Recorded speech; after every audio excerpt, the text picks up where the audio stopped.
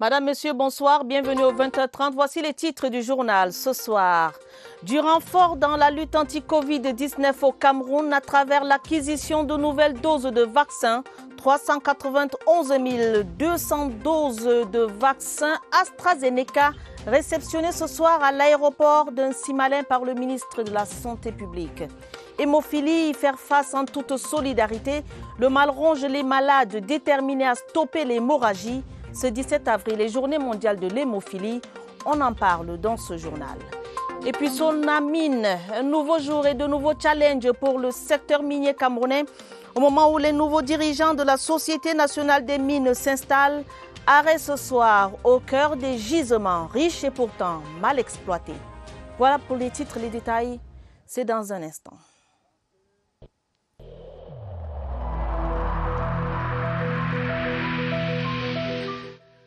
Je vous exhorte de nouveau à porter vos masques, à vous laver régulièrement les mains et à faire appel à un médecin ou à tout autre personnel de santé au cas où des symptômes apparaissent.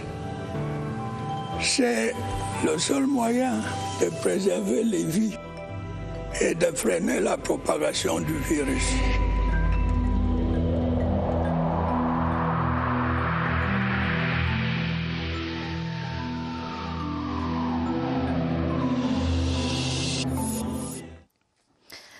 Madame, Monsieur, merci de nous recevoir chez vous. Le Cameroun reçoit ce soir, dans le cadre du système COVAX, un deuxième type de vaccin anti-Covid-19. Des doses de vaccin AstraZeneca ont été réceptionnées à l'aéroport international de Yaoundé-Nsimalène par le ministre de la Santé publique, Manaouda Malachi, qu'entouraient plusieurs personnalités. Quelle quantité de vaccins a été reçue? Quelle répartition est prévue? Comment s'est déroulée la réception de cette nouvelle cargaison après celle d'il y a une semaine? J'appelle notre reporter Augustin Guizana en direct de Nsimalène. Bonsoir Augustin.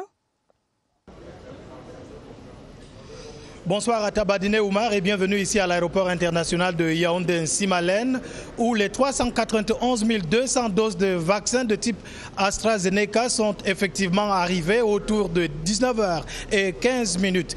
Le ministre de la Santé publique, le docteur Manaouda Malachi, réceptionne ce don du programme COVAX. Vous l'apercevez d'ailleurs derrière moi. Le ministre de la Santé publique, Manaouda Malachi, est accompagné de l'ambassadeur de la chargée d'affaires des États-Unis au Cameroun ainsi que le responsable du système des Nations Unies au Cameroun.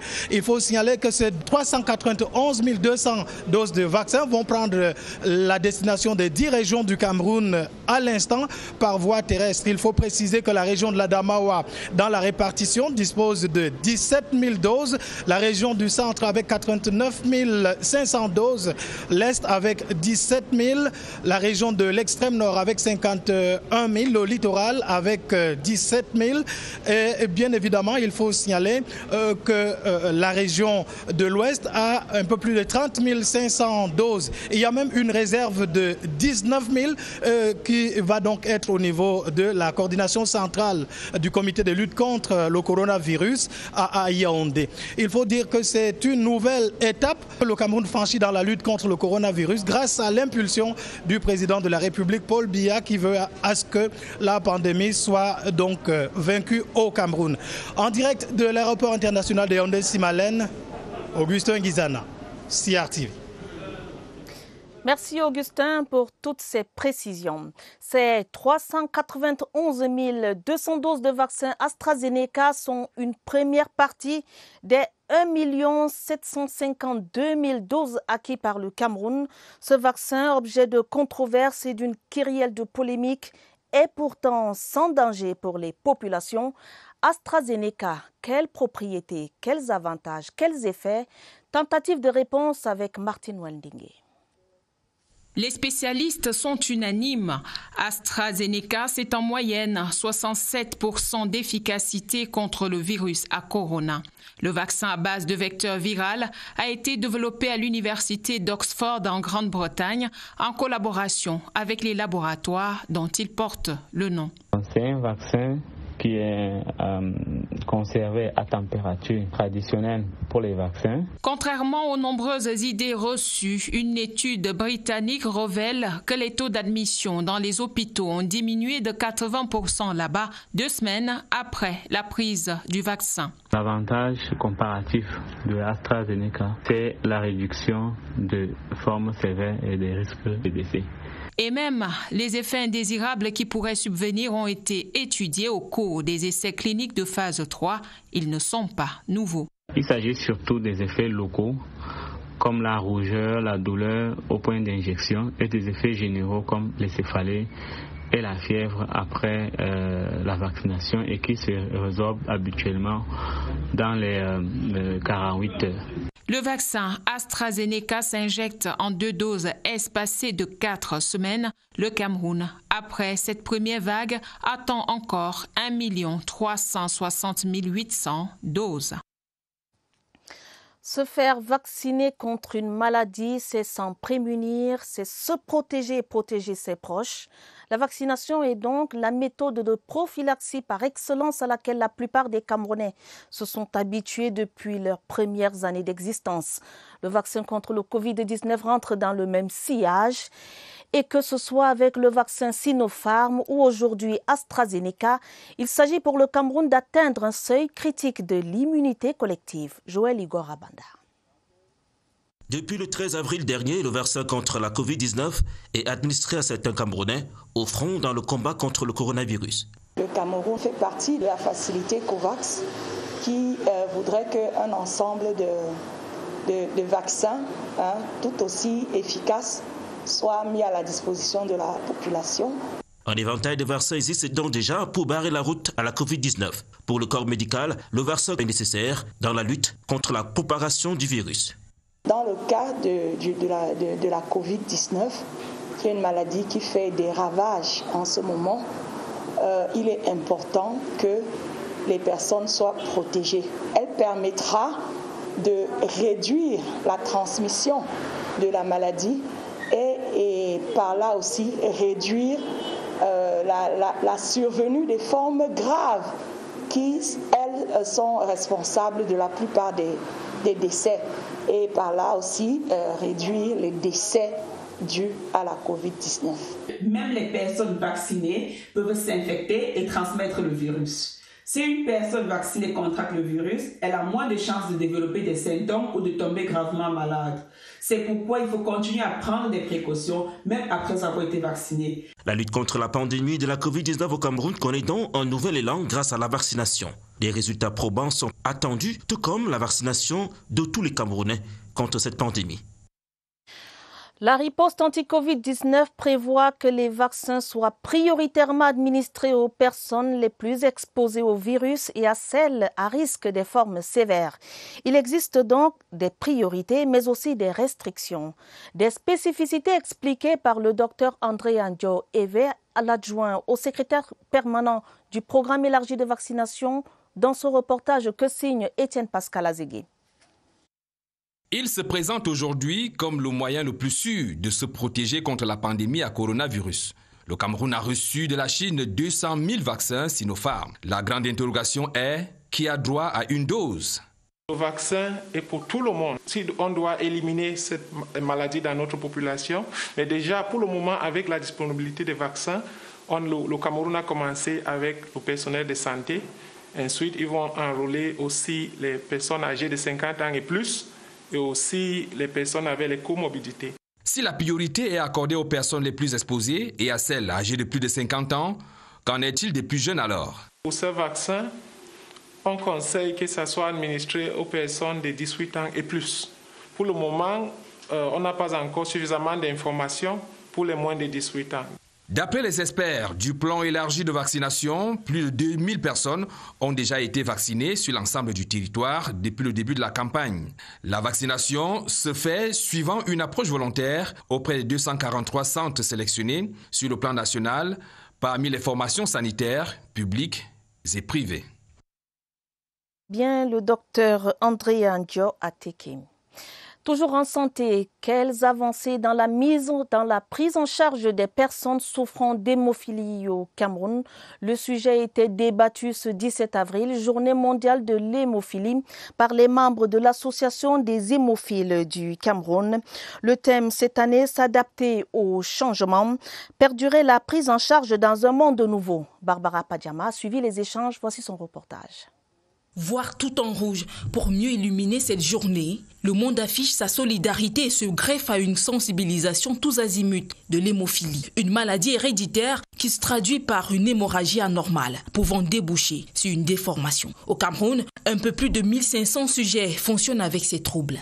Nous sommes en train maintenant de travailler sur un nouveau médicament qu'on appelle le Micizumab, qui permettra de donner aux hémophiles une seule injection par mois et qui réduira significativement la fréquence des saignements au point où nous n'aurons plus besoin de prendre des facteurs de remplacement à la même fréquence qu'ils prennent aujourd'hui. Moins de 200 personnes prises en charge au centre de traitement de l'hémophilie du CHU de Yaoundé. Pourtant, les chercheurs manipulent des appâts pour rassurer les parents effrayés. Nous pensons que plus nous allons mettre en œuvre notre programme de sensibilisation, plus nous aurons des malades. Et nous appelons toutes les organisations qui travaillent sur les maladies chroniques et tous ceux qui diagnostiquent les maladies hémorragiques de nous référer les malades lorsqu'ils ont une suspicion d'hémophilie. Sensibiliser, mais aussi avancer dans la prise en charge pour atteindre toute la petite communauté. Les garçons sont les plus touchés. Diagnostiqués à temps, filles et garçons peuvent vivre hémophiles en toute fluidité. Une dame a été portée ce samedi à la tête de l'Ordre national des opticiens du Cameroun. Solange Vénérande Douanla, c'est son nom. Celle qui était jusqu'ici vice-présidente de la dite instance succède ainsi à Théodore Mbega, qui lui aura passé 22 ans à la tête de l'Ordre depuis sa création en 1999. Sur les défis qui l'attendent, je vous propose d'écouter Solange Vénérande dans un extrait d'interview sélectionné par notre reporter Salomé Ntama-Ouna. Notre loi date de 1999 et les défis à relever en 2021 ne correspondent plus aux dispositions de la loi de 1989. Donc nous allons nous concentrer d'abord dans la modernisation de la profession. Nous allons communiquer pour faire une éducation de masse par rapport à l'importance de porter des lunettes fabriquées par des opticiens qualifiés. Il y a des écoles dorénavant. Alors qu'est-ce qu'il nous reste à faire? À communiquer, à encourager les Camerounais à trouver les solutions à leurs problèmes de vue. La Société nationale des mines a son top management. Les tout premiers responsables nommés et installés ont entre autres mission d'assainir le secteur minier. Le Cameroun possède un important gisement de minerais divers, l'or, le diamant, le fer, le plomb ou encore le rutile. Il est considéré comme un scandale minier, mais ce potentiel demeure mal ou sous-exploité avec une activité essentiellement tournée vers l'informel. Oswald Meudon. Jamais un sujet n'a autant fait l'unanimité que le potentiel minier du Cameroun. Tous les rapports y relatifs font état d'un sous-sol riche, très riche même. Sur l'ensemble du territoire national, les gisements se comptent par centaines, presque autant que les ressources minières dont ils regorgent. Certains sites sont aujourd'hui légendaires. Le fer d'un Kout est l'un des gisements les plus importants jamais découverts. La bauxite a élu domicile en Gaoundal ou encore à Mini-Martap. Avec près de 3 millions de tonnes de rutile, le Cameroun est la seconde réserve mondiale après la Sierra Leone. Les gisements d'or de l'Est, comme ceux du Sud, n'ont plus de secret pour personne, ni même l'uranium de Poli ou de l'Olodorf. Par ailleurs, le pays peut aussi se vanter de ses sites de cuivre, de zinc, de plomb et bien d'autres minerais encore. Les carats des diamants de Mobilon à l'est du pays s'évaluent en millions, 420 millions de carats pour être précis. Et encore. Et pourtant, malgré ses richesses multiples, le Cameroun n'exploite à date que moins de 50% de son potentiel. Et ça, c'est pour les modérés. Seulement, cette exploitation reste très anarchique, plombée par l'informel, la clandestinité et la sous-traitance. De ce fait, la contribution du secteur minier à l'économie nationale est quasi nulle. Juste 0,11% au PIB nominal pour 0,01% à l'exportation et 0,21% à l'emploi. Conséquence de cet état des choses, des populations riveraines toujours plus pauvres seront sous-sol immensément riches. Les têtes dirigeantes de la Société nationale des mines, Sonamine, qui viennent d'être installées, devront également relever le défi de l'organisation du secteur minier au Cameroun. Avec l'État comme unique actionnaire, la structure créée le 14 décembre 2020 doit développer et promouvoir les activités du sous-sol dans la transparence pour des profits durables et protégés. Mission de la Sonamine dans un secteur clé de l'économie, Cyril Kingembepe. La structure garante des intérêts de l'État dans l'exploitation du sous-sol est ainsi sur les rails. Les experts parlent de plusieurs milliards de francs CFA et de milliers d'emplois désormais sécurisés. Les contrats miniers passés avec de grosses firmes internationales feront avec la Sonamine l'objet d'un suivi minutieux. Dans l'univers de la mine au Cameroun, la main à faire, l'œil à voir, l'oreille à écouter. Nous avons une structure opérationnelle pour la mine solide, bien évidemment hors carrière. Achat et commercialisation des produits miniers avec une très grande emphase sur l'or et le diamant. 6 missions majeures dévolues à la Société nationale des mines pour que soit assurée transparence et traçabilité. L'engagement du Cameroun à respecter les conventions internationales prend corps. Attendu dans les prochains mois, un inventaire des indices miniers, des études pour l'exploration, l'exploitation et la commercialisation des substances minérales et la gestion des questions relatives aux sites miniers. Nous allons travailler d'arrache-pied pour être à la hauteur de toutes les attentes qui ont été portées en nous. Une mesure du code minier portant formation et transfert des technologies aux nationaux va aussi être appliquée. Dans la suite du journal, un poste frontalier du Bir à Mbaïmboum dans l'arrondissement de Touboro, région du Nord. Cette unité de défense vient d'être inaugurée par le coordonnateur général du Bir, le colonel François Pellinim. Une réponse décidée par le président de la République, son Excellence Paul Biya, pour faire face à l'insécurité transfrontalière, notamment le vol de bétail avec demande de rançon et des assassinats. La correspondance à Garoua de Claver Pascal Ndanga. La construction du poste frontalier Bir de Mbaïmboum, inauguré, constitue un verrou contre les activités des hors-la-loi. Malgré le contexte, n'est-ce pas, économique difficile qui a été exacerbé par la pandémie à Covid-19, le chef de l'État, chef des forces armées, a pris sur lui de construire des bases tout au long de la frontière. Base vient répondre à ce besoin-là de sécuriser la population, parce qu'il n'y a pas de développement économique sans sécurité.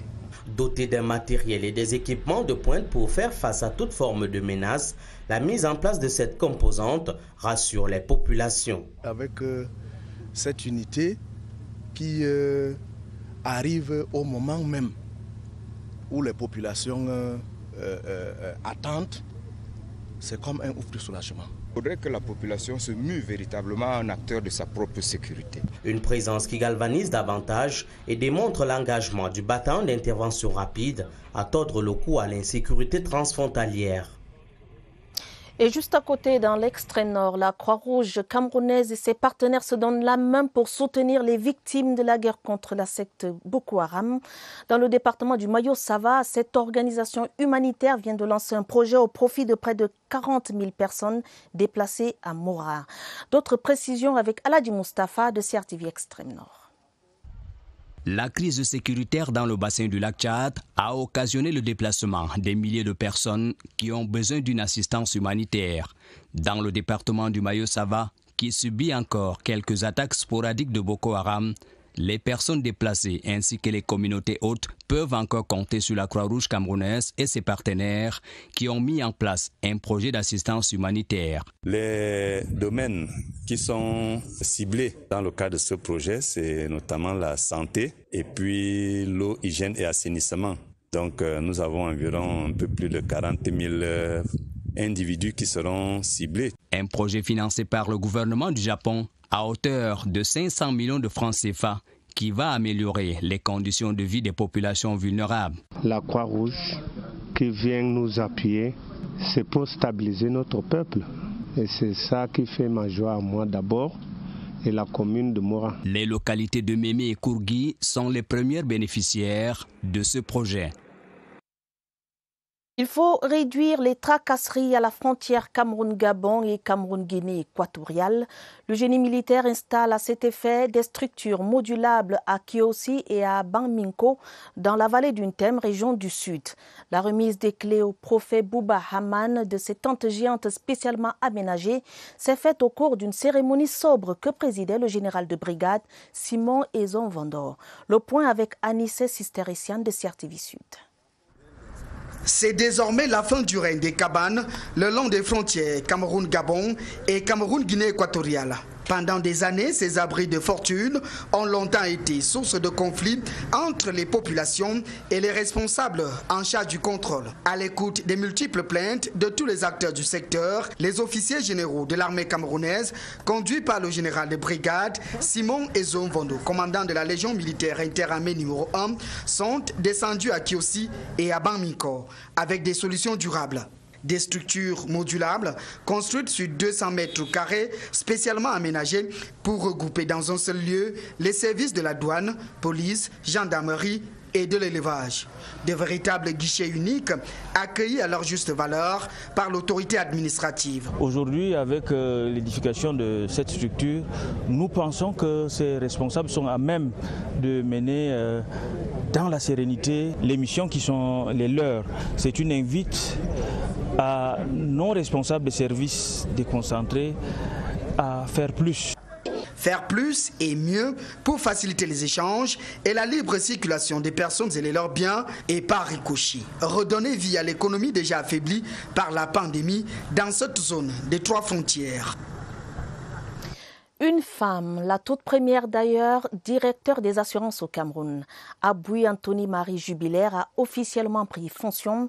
Recommandation du directeur général du Trésor de la coopération financière et monétaire, tutelle de cette administration, créer une dynamique entre les différents démembrements afin de contribuer au financement de l'économie nationale. Alvin Giselzé. Elle est de la maison et a gravi tous les échelons. C'est la toute première femme à atteindre ce haut niveau de responsabilité. Le nouveau directeur des assurances a de l'assurance. Les défis, les challenges sont énormes. Avec un travail de synergie, avec du bon sens, de la volonté, nous allons les atteindre. Au cœur vaillant, rien d'impossible. Madame Aboui Anthony-Marie Jubilaire, épouse Mendoa, a la lourde responsabilité de poursuivre le grand chantier d'assainissement du secteur des assurances. Des missions rappelées par le directeur général du Trésor de la coopération financière et monétaire, structure du ministère des Finances. Moi, j'ai demandé particulièrement le suivi des réformes dans le secteur des assurances, notamment les indemnisations directes des assurés. Inspecteur de régie financière, complété par des formations à l'étranger, le nouveau directeur des assurances a une bonne maîtrise de l'administration de ce secteur. Elle remplace à ce poste un autre haut cadre chevronné, Blaise Ngolo Ezor. Elle est âgée de 40 ans, mariée et mère de 4 enfants.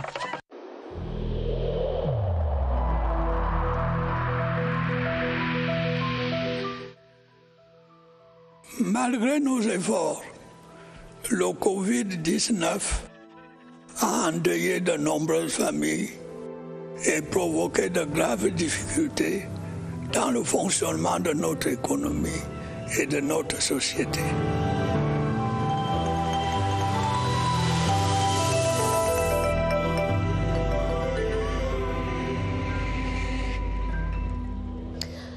La riposte anti-Covid-19 au Cameroun avec une question ce soir, où se faire vacciner? Eh bien, le vaccin Sinopharm est administré dans les 10 régions et sur 243 sites d'inoculation. Il en sera ainsi pour AstraZeneca, arrivé ce samedi au Cameroun, et les autres vaccins annoncés. La cartographie des sites de vaccination avec Évariste Yenga que nous retrouvons au centre des opérations des urgences publiques. Bonsoir.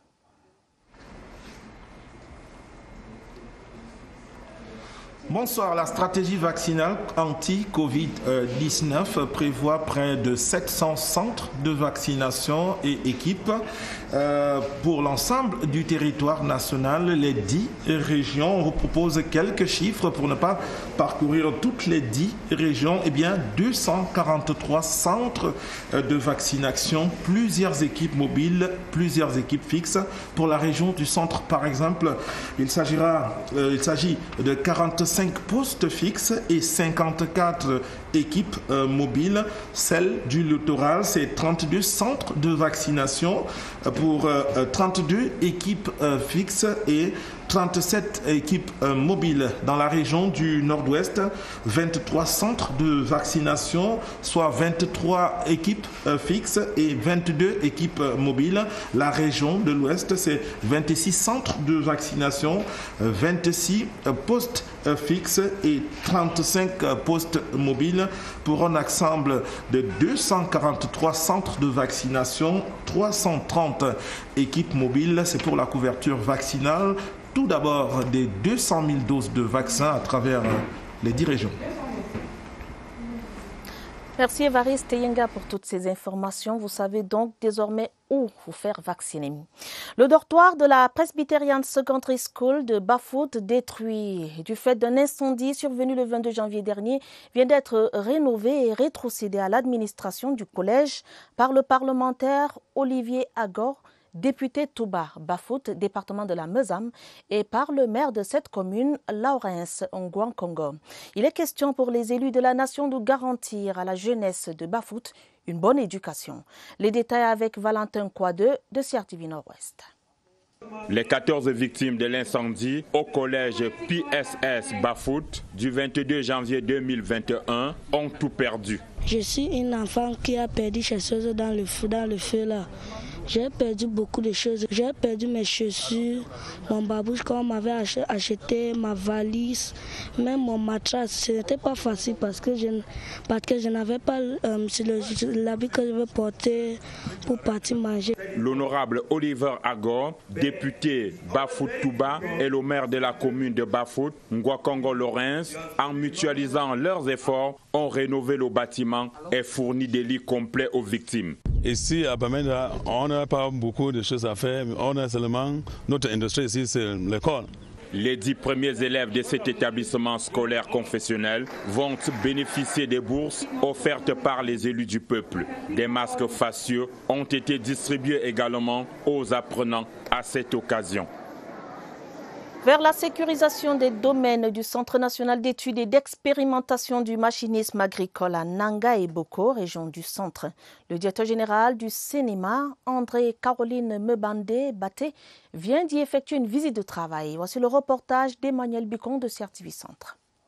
Cette visite de travail de Madame le directeur général du Centre national d'études et d'expérimentation du machinisme agricole a connu 2 étapes majeures. Premier arrêt, village en Vangan dans l'arrondissement de Nkotin. Il était question pour André Caroline Mebandé Baté de s'assurer de la disponibilité pour les besoins de sécurisation d'un domaine d'une superficie de plus de 40 hectares que le CNEMA a acquis il y a plusieurs années, mais qui à un moment a été cédé à une société chinoise pour exploitation temporaire. Elle est donc descendue sur le site pour mieux cerner les limites de ce domaine. La caravane va ensuite mettre le cap sur Bifogo, à Nanga et Boko, où le CNEMA vient de rentrer en possession de son ancien complexe et de 200 hectares de terre qui faisaient déjà l'objet de plusieurs intrusions et dont la procédure d'immatriculation arrive bientôt à son terme. La réhabilitation du CNEMA à Nanga et Boko constitue une grande opportunité. Nous allons faire la formation des tractoristes, nous allons même faire la formation des agriculteurs. Partout où Madame le directeur général du CNEMA est passée, elle a remis des dons aux populations, dons constitués pour l'essentiel de denrées alimentaires.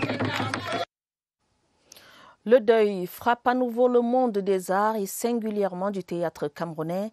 Grégoire Bélibi, membre de l'Ensemble national, s'est éteint ce jour à Yaoundé à l'âge de 59 ans.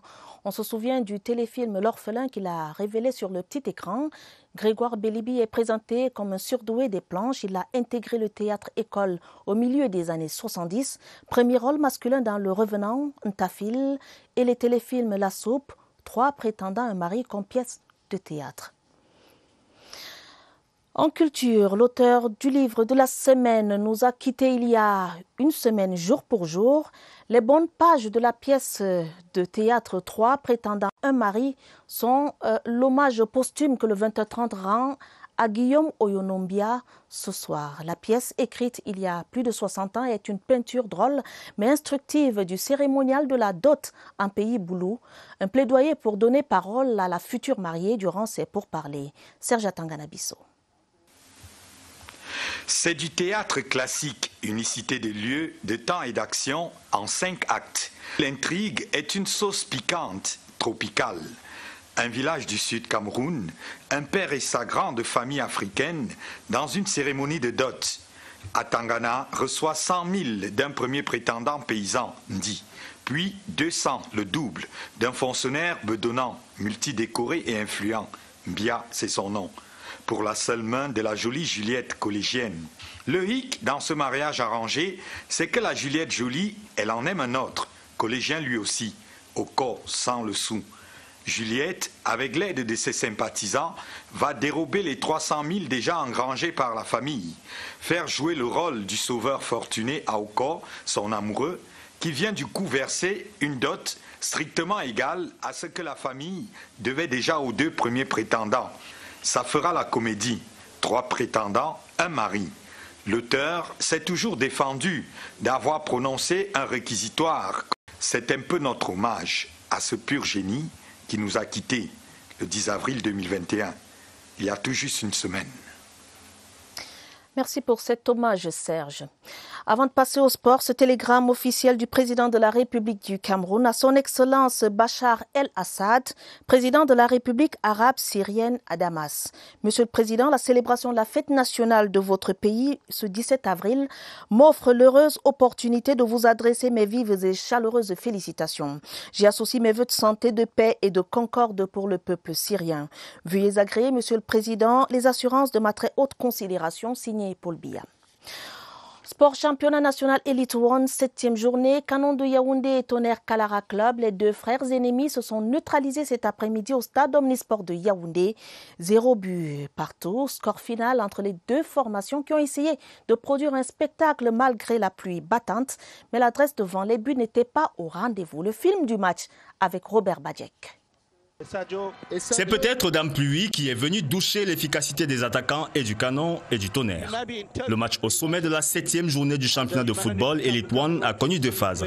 La relative domination du TKC en première période où les blancs et noirs avaient la possession de la balle sans pour autant être dangereux. Il faut attendre la 20e minute et ce coup franc parfaitement enveloppé et renvoyé par James Jaoyan, le portier d'Emekok Mungonda, pour assister à la première véritable alerte. Ah, il était vicieux. Les autres incursions des poulains de Grégoire Atangana-Gandhi butent très souvent sur la tour de contrôle, le défenseur Ngede Ngede qui tient le canon à flot. Très peu inspiré en première période, le Kwakoum retrouve ses automatismes en deuxième mi-temps. Il multiplie les offensives comme sur cette double occasion manquée par Simon Moukete et compagnie.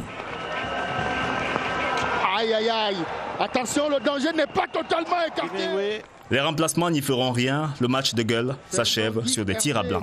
Un peu déçu parce qu'on a tout préparé cette semaine pour pouvoir remporter les 3 points. On va se contenter de ce que nous avons eu cet après-midi. Nous voulions gagner les 3 points de la mise, mais malheureusement ça n'a pas été. Mais au niveau de l'engagement, au niveau du jeu, je pense qu'il y a lieu de se satisfaire quand même. Le duel fratricide de cet après-midi laisse un goût d'inachevé qu'il faudra rapidement faire oublier avec de bien meilleures performances lors de la prochaine journée. Et toujours en sport, le Cameroun organisera les Jeux de la solidarité islamique de 2025. La nouvelle a été confirmée hier vendredi par le ministre des Sports, le professeur Narcisse Mouélé Kambi.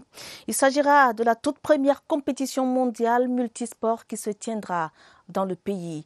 L'information est bien accueillie par Ahmad Kalkaba Malboum, le président du Comité national olympique et sportif du Cameroun. Évariste Yenga. C'est un Ahmad Kalkaba Malboum heureux et serein que découvre l'équipe de la CRTV ce samedi. La Fédération sportive et internationale de la solidarité islamique a choisi le Cameroun comme pays organisateur des Jeux 2025. Pour nous, c'est un résultat positif. Et quand on obtient en sport un résultat positif, ça fait plaisir, pas seulement aux acteurs qui étaient au front, mais aussi à toute la nation camerounaise. C'est une grande confiance qu'on nous a faite. Le Cameroun n'était pas seul candidat. Il a toutefois été préféré au Burkina Faso, la Syrie et l'Iran, les trois autres concurrents, en raison des bonnes diligences et de l'onction de l'État. La première chose, c'est l'accord que le président de la République a marqué pour que nous puissions aller en compétition, pour obtenir la confiance de nos pairs. Et puis le ministre des Sports et de l'Éducation physique a mis en place un comité conjoint, comité olympique et ministère des Sports, pour préparer notre candidature. Peut-être aussi une certaine influence de ma position au sein du mouvement en tant que premier vice-président de la Fédération sportive pour la solidarité islamique. Les Jeux de la solidarité islamique ont une dimension mondiale et multisport, de la trempe, des Jeux de la francophonie, des Jeux africains ou des Jeux du Commonwealth. Tous les continents seront donc à Yaoundé en 2025. Le Cameroun prendra le relais de la Turquie, organisateur de l'édition 2021. Voilà qui met un terme à ce journal, une édition préparée avec la collaboration de Daniel Menanga, Mariam Mazou, Rosine Manga et Salomé Nsama Ouna.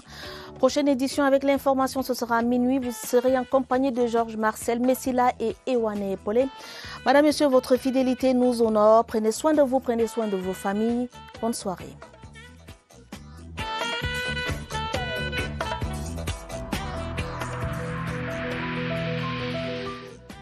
Je vous exhorte de nouveau à porter vos masques, à vous laver régulièrement les mains et à faire appel à un médecin ou à tout autre personnel de santé au cas où des symptômes apparaissent. C'est le seul moyen de préserver les vies et de freiner la propagation du virus.